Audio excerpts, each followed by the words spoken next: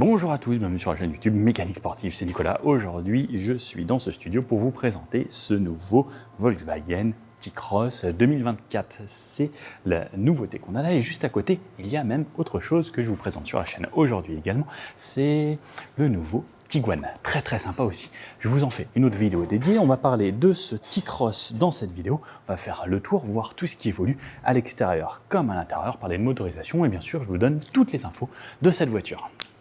Alors, elle commencera à partir de 25 700 € environ, cette voiture, et on pourra monter jusqu'aux environs de 33 000 € bien optionné. Elle sera disponible avec 3 motorisations, le 1 litre qui aura 2 déclinaisons, le 95 chevaux qui sera disponible en boîte manuelle ou en boîte DSG, et ensuite la nouvelle version du moteur 1,5 litre TSI Evo 2 qui lui sera disponible en version 150 chevaux qu'on retrouvera également sur la version Tiguan. Elle sera disponible en 3 finitions. On aura la version Life, la Steel et la Airline. Aujourd'hui, elle est avec ce nouveau bleu ici, qu'ils ont appelé le bleu clair, très simplement.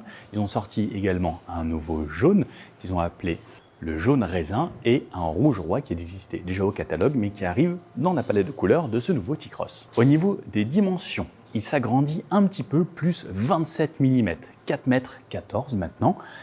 Niveau largeur, toujours la même chose, 1,76 m et 1,58 m de haut. Au niveau du poids, très peu d'évolution, on reste toujours aux alentours de 1300 kg pour cette voiture.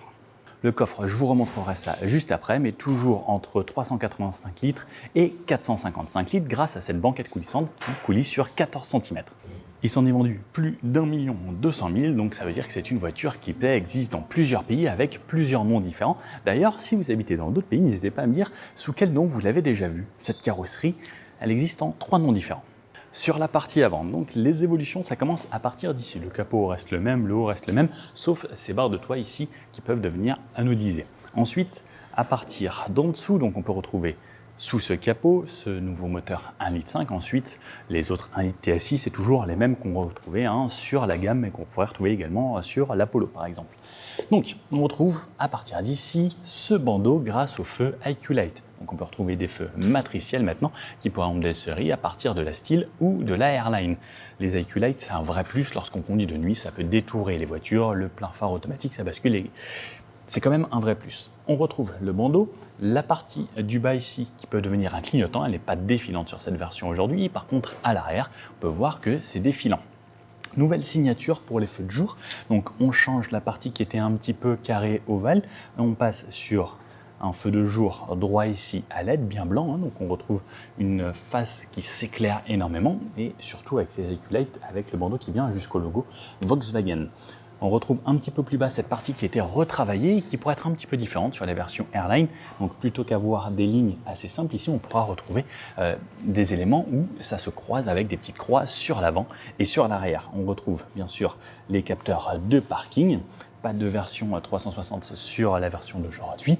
On peut voir les rétros qui sont peints couleur carrosserie, pas de biton. Et chose assez simple, mais je trouve que dans ce bleu, elle est assez sympa et elle sent un petit peu l'été la Côte d'Azur. Sur le côté, très peu d'éléments différenciants, on retrouvera juste ces nouvelles jantes qu'on a ici en 18 pouces. Et elle porte le joli nom de Misano, et en plus donc c'est des jantes diamantées avec la peinture et le côté diamanté, très sympa. Comme ça reste toujours une sorte de petit SUV, on retrouve les arches de roue ici en plastique qui font le tour de la carrosserie à partir du bouclier avant qui viennent faire le tour et qui se retrouvent jusqu'à l'arrière. De ce côté-là, on mettra toujours 40 litres dans le réservoir d'essence, ça ne change pas d'évolution par rapport à la version précédente. Au niveau de l'empattement, toujours la même chose, 2,56 m entre l'essieu avant et l'essieu arrière. On verra l'habitabilité à l'arrière, mais comme je vous dis, toujours cette banquette coulissante. Sur la partie arrière ici, on retrouve toujours un béquet, une antenne, alors qu'il n'est pas type requin, quand même avec l'antenne, on peut jouer avec. Une partie surteintée sur les vitres arrière qu'on retrouve quasiment maintenant sur toutes les voitures, l'essuie-glace toujours bienvenu et le bandeau lumineux grâce à ces feux IQ Light également. Et on peut voir que ces feux, là, en plusieurs parties, en plusieurs lamelles sur l'arrière, sont vraiment assez sympathiques. On retrouve le bandeau qui vient jusqu'au Volkswagen, à l'avant comme à l'arrière. Donc ça, je trouve que ça amène un petit côté plus premium. C'est surtout sur les voitures premium qu'on retrouvait ça à l'époque. D'ailleurs, est-ce que quelqu'un saura me dire quelle est la première voiture qui a abordé un grand bandeau comme ça? Alors celui-ci est fondu, mais je sais que certains, pour ressort beaucoup, c'est un bandeau qui fait tout le long, qui saura me dire quelle est la première marque et sur quel modèle c'est apparu. Au niveau des feux arrière, donc on peut voir le clignotant défilant sur la partie basse et ensuite cette forme de X qui a été retravaillée un petit peu. On voit que c'est un petit peu en 3D ici au niveau du logo et sur les feux. On retrouve la caméra de recul sous le logo, plaque avec le logo T-Cross, le T-Cross qui est noté un petit peu plus bas et tout est peint jusqu'à cette partie plastique ici, ce bouclier arrière, pareil qui était un petit poil revu sur le niveau du design et comme je vous disais sur la version Airline on pourra retrouver des parties un petit peu plus croisées sur le bas. Pareil, de nouveaux réflecteurs sur les côtés, on retrouve quand même les radars de parking. Lorsqu'on ouvre ce coffre, c'est là où c'est intéressant puisque je sais que beaucoup d'entre vous aiment beaucoup les volumes de coffre et au niveau du volume on retrouve entre 385 litres et 455 litres de chargement. 385 là c'est la configuration actuelle avec les sièges qui sont reculés au maximum et bien sûr 385 litres en unité de moi, le Nico, ça rentre plutôt bien. Le spécimen fait 75 kg pour 1,80 m. On pourra ensuite soulever cette partie où on retrouve les plaques provisoires de cette voiture. On a même une roue de secours juste en dessous, un petit peu d'espace et on peut laisser le plancher sur 2 niveaux. La banquette, elle, se rabat en 2 tiers, 1 tiers et on retrouve les fixations tap taser et isofix sur les 2 sièges d'extrémité. Allez, venez découvrir l'intérieur. Alors, sur la partie arrière de ce nouveau T-Cross, qu'est-ce que ça donne? Je rentre assez facilement. Juste ici, j'ai réglé le siège avant. Pour moi, je rentre dans une banquette qui est accueillante. J'ai un bon maintien latéral, ça c'est top. Pareil, au niveau de l'assise, je sens que je vais avoir un bon maintien ici au niveau du postérieur. Je viens fermer cette portière ici, sur la partie arrière, donc qui est tout en plastique dur. Même la coudoir ici, on a les vitres qui se baissent électriquement. Et surtout, l'avantage, c'est qu'elle se baisse vraiment jusqu'à tout en bas, ce qui permet de pouvoir mettre son bras sur l'extérieur. Au niveau de la tête, j'ai énormément d'espace, comme vous pouvez le voir. Franchement, je suis bien au niveau des genoux, je suis bien, j'ai un bon rayon aux genoux. J'ai de la place sous le siège, car les sièges avant sont montés sur des rails relevés. Donc ça me permet de bien pouvoir mettre mes pieds en dessous. Et franchement, je suis bien, je relève un petit peu mon appui-tête. C'est franchement confort. Quand on voit le gabarit de la voiture, elle n'est pas si grosse que ça, ce T-Cross. Et bien on est vraiment bien. On retrouve 2 ports USB-C juste ici. Alors pas de climatisation pour l'arrière, il faudra que ça souffle un petit peu plus fort à l'avant. La banquette qui se rabat en 2 tiers, 1 tiers comme je vous disais. La 3e ceinture ici qui est montée sur une boucle et directement sur la banquette, on a un gros tunnel central.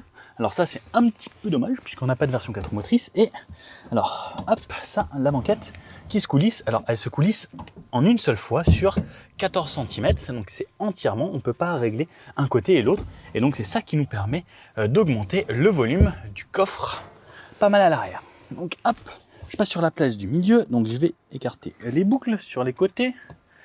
Là et là. Alors, je suis pas forcément très large, mais je suis quand même un adulte. Je vais quand même avoir le fessier dans les boucles de ceinture des personnes sur les côtés. On retrouve les fixations tap taser et isofix comme je vous disais. Par contre, au niveau de la tête, il me reste encore pas mal d'espace. J'ai 2 éclairages LED ici en plein centre. Si j'avançais ce siège, j'aurai également de l'espace, comme sur le côté. On a une petite boucle qui tient la ceinture sur le côté lorsqu'on rabat la banquette. C'est franchement pas mal. Bon, la place du milieu, moi je sens un petit peu les boucles ici. C'est franchement pas très large. Et lorsque je rabats la banquette, j'ai juste à tirer et ça me fait un plancher quasiment plat jusqu'à l'arrière. Là, on retrouve jusqu'à 1281 litres. C'est écrit juste en dessous, j'ai mon petit prompteur, mais chut. Hop. Une position, par contre, au niveau de la verticalité de la banquette arrière. Allez, je vous fais découvrir l'avant et là de ce côté on peut voir qu'on a le nouveau Tiguan. N'hésitez pas à regarder la vidéo parce que là c'est très très intéressant, celui-là est entièrement nouveau. De ce côté là, donc poignée petit frigo sur les côtés ici, c'est nouvelle barre et à l'intérieur. Alors là ça sonne parce que il y avait le contact mis. Allez, chut, chut, chut. Je vais me reculer au max pour vous donner le meilleur point de vue. Voilà à quoi ça ressemble à l'intérieur. Alors, plastique dur sur le haut, mais ensuite, à partir de cet endroit-là, ils ont mis une petite finition un peu plus sympa et un accoudoir. Alors ensuite, ça, on retrouve quand même du plastique dur. Par contre, ils ont moussé, là, ici, tout le haut. On retrouve des nouveaux inserts à cet endroit-là. Donc ça, c'est les principales choses qui ont été améliorées. Après, on a une sorte de cuir avec des petites surpiqûres. C'est plus sympa. Et c'est vrai que là, c'est sympa. Mais j'avoue que ça, j'aime bien l'avoir là quand même. Hein, parce que quand je mets mon coude, c'est plus sympa à voir. Mais Les petits inserts sont assez jolis et on retrouve cette forme un petit peu croisée qu'on retrouvera sur les versions Airline sur les pare-chocs. Le volant n'évolue pas trop, mais par contre, très bonne chose, on n'a plus les touches sensitives, c'est des vraies touches physiques, ça c'est bien mieux au quotidien. L'écran ici à l'arrière passe maintenant lui en 100% numérique dans toutes les versions, même dès l'entrée de gamme. Et cet écran pourra être lui sur deux tailles, là on a la version la plus grande, quand on s'approche, il nous détecte et... Ah, non, j'ai balayé comme ça, mais non. Ne connectez pas de mobile, ok, bon d'accord. Les menus, comme on connaît, c'est assez fluide, ça répond bien. On a le menu climatisation, le menu véhicule. Pas de nouveauté, par contre, le Tiguan, lui, vous allez voir juste après, il y a beaucoup de nouvelles choses dessus. Les grilles d'aération sur les côtés, de ce côté-là, là on a toujours le bloc pour les feux avant, là, plein phare, et pour les appels de phare, on peut le voir, ça éclaire bien, on a les feux matriciels sur cette voiture. Le volant donc, les vues, on peut changer de cette façon. Donc soit, là c'est la version très simple, là quelques informations, là les compteurs, et on peut retourner à la version très simple. J'avoue que j'ai quand même une préférence pour les compteurs, et ce qui est bien c'est quand on appuie 3 fois rapidement, ça revient tout de suite. On a des palettes derrière le volant ici, puisqu'on est sur une boîte DSG, boîte DSG 7, donc on pourra passer ces rapports avec les palettes si on souhaite. Les commodos d'essuie-glace ici, et pour les phares là, avec les aides à la conduite sur les petits boutons qui vont apparaître ici, lane assist, alerte de vitesse, ACC et limiteur. Voilà, et ensuite on réglera ça grâce au set ici avec le régulateur et autres et le travel assist. Le volume et changer les médias. Un petit peu plus bas, ici on retrouve la palette pour la climatisation. Alors certes c'est en tactile, mais au moins c'est vraiment sur un bloc dédié. Je peux baisser la ventilation de cette façon ou la remettre et si je rappuie plusieurs fois, je viens l'éteindre. Désactiver le start and stop, activer les bip bip de parking, le park assist, les warnings et les modes de conduite. Je vais voir ici avec le Eco, normal, sport et individuel que je vais pouvoir personnaliser. Et le individuel, on va pouvoir adapter ici la direction, l'entraînement, donc ça c'est le moteur, les ACC, c'est aides à conduite et la climatisation. Donc ça, des embuages, etc. Le bloc clim. On retrouve deux ports USB-C juste ici, un endroit pour poser son téléphone à l'intérieur et on a le chargement par induction. De quoi démarrer la voiture ici, la boîte de vitesse là. Alors je ne l'ai pas démarré comme on est dans le studio, c'est pas forcément l'idéal de vous la démarrer, mais avec caméra de recul, le frein à main qui reste un vrai frein à main et ça j'avoue que j'apprécie. Couleur un petit peu bleutée pour cet accoudoir qui s'avance et qui se recule et lorsqu'on est à l'intérieur, avec la clé, voilà à quoi ressemble la clé, on connaît chez Volkswagen. Sur la partie basse, on retrouve une boîte à gants ici, plutôt spacieuse, et partie moussée également, ces inserts-là sont en moussé, donc là ils ont fait vraiment des efforts.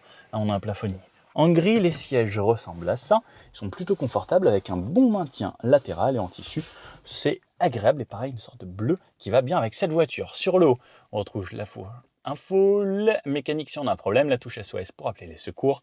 Ici, les éclairages qui sont en LED avec des vraies touches, pas de tactile, ça j'avoue que j'aime bien. De ce côté-là, on retrouve le rétro avec des bords très fins. Et ici, hop, le petit miroir de courtoisie. Pas de poignée pour moi, pas de poignée pour personne d'ailleurs. Voilà à quoi ressemblent les sièges arrière. Et bon, c'est vraiment pas mal. On va pas pouvoir l'essayer aujourd'hui puisqu'on est dans un studio malheureusement. C'est la présentation statique, mais dans quelques mois, on va pouvoir rouler cette voiture. Et j'avoue que j'ai hâte. Bon, il n'y a pas énormément de nouveautés, mais elle a quand même un petit style bien sympathique et il s'en vend quand même pas mal. 1 200 000 en 4 ans. C'est que ça plaît bien. Qu'est-ce que vous en pensez, vous d'ailleurs ? Bon, comme vous avez pu le voir, on note quand même quelques petites améliorations par-ci par-là. Alors, on ne change pas radicalement cette voiture, qui n'est pas si vieille, mais c'est des petites touches qui sont assez sympas. Comme cette petite couleur bleue, là, j'aime bien. Je pense que si on habite dans le sud ou autre, ça amènera un petit peu de soleil et un petit peu de gaieté. Bon, hâte de l'essayer, cette version, avec surtout ce nouveau moteur 1,5 litre TSI Evo 2 qui est apparu également sur le nouveau Tiguan. N'hésitez pas à mettre dans les commentaires ce que vous en pensez, ce que vous pensez que les améliorations vous conviennent ou qu'est-ce que vous auriez fait, parce que n'hésitez pas à donner des conseils, je pense qu'ils lisent juste ce que vous écrivez en dessous et ça peut leur donner des idées pour les prochaines. Bon, n'hésitez pas à vous abonner, le petit pouce bleu comme ça et je vous dis à bientôt pour la prochaine. Ciao.